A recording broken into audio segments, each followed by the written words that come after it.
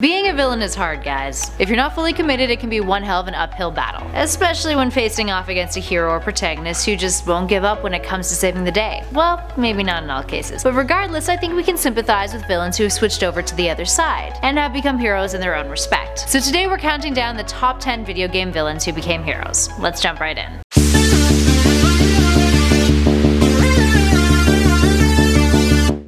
At number 10 is Lucky Lester from Paper Mario. Lucky Lester joins your party in Paper Mario after you defeat him. This airborne character tries hard to impress others, to make them think that he's cool, and after he loses, it's revealed that he worked for Huff and Puff for something big, but just ended up picking useless fights instead. He then asks you what you're fighting for, and regardless of what you answer, Lucky Lester, or Spike as he states he'd prefer to be called, joins your team. And then you can do a bunch of cool stuff with him. Good choice, Spike. Good choice. And at number 9 is Ramiro Cruz from Total Overdose. Ramiro, aka Ram, is a criminal who committed several crimes around the US-Mexico border. He tried to jump the border after a heist went wrong, and ended up in prison for 5 years. He's released after his twin brother Tommy, a high-ranking DEA agent, gets into a major accident, preventing him from finishing his mission. So therefore Tommy needs him to finish it for him, and his release is contingent on cooperation with the DEA, which requires him to infiltrate the Morales cartel. While Ram tends to be much more violent and reckless than his brother, he cooperates and he gets the job done. And at number 8 is Magus from Chrono Trigger. So Magus starts out trying to summon Lavos, an almighty alien hellspawn, in order to defeat it and save the world. Sounds like someone's letting out a cry for attention. The player gets the option to choose whether or not they want to recruit Magus to your party, which, I mean, hey, he might not be the chummiest of allies, and it does mean Frog stays a frog, but at least he's on the side of good,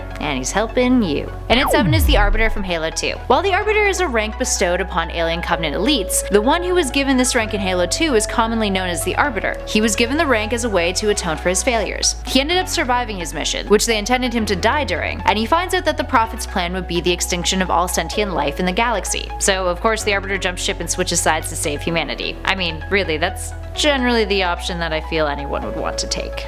Where would someone go to activate the other rings? Why, the Ark, of course. And where, Oracle, is that?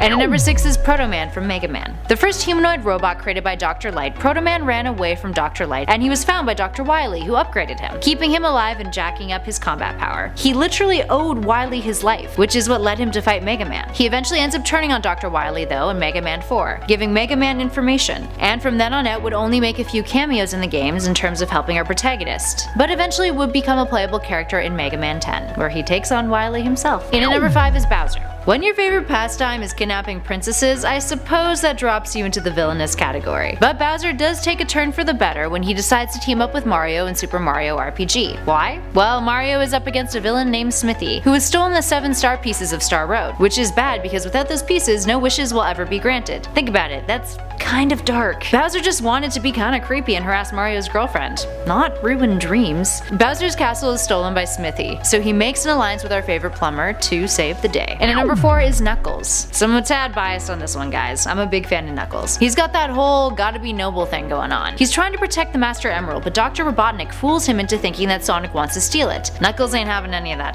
But lucky for us, he learns of this trickery, and in Sonic and Knuckles, which also debuted the same year in 1994, he teams up with our blue hero. And ever since, he's been an ally and a buddy of Sonic's, appearing in the games, comics, and the animated TV show. And at 3 is GLaDOS from Portal 2. In Portal, the AI character GLaDOS is quite the homicidal robot. I mean, I get it's for scientific progress, but maybe the whole mistreatment from scientists kinda oiled the wheels on that one. It's revealed prior to the events of Portal that she killed them all with neurotoxin. But when Portal 2 comes around and she's put into a potato battery by Wheatley, well, she's a little more inclined to help you out. Talk about being put in your place. By the end of the game, she actually ends up letting you go, despite still thinking all humans should die for the sake of science. So, how are you holding up? Because I'm a potato. Oh good. My slow clap processor made it into this thing. So we have that. And at number 2 is Starkiller, aka Galen Merrick, from Star Wars The Force Unleashed. Galen's parents were killed by Darth Vader, and in a fit of grief he disarms Vader, which makes the Sith take interest in him. Galen's trained as an assassin and earns the name Starkiller because of his ability to do this.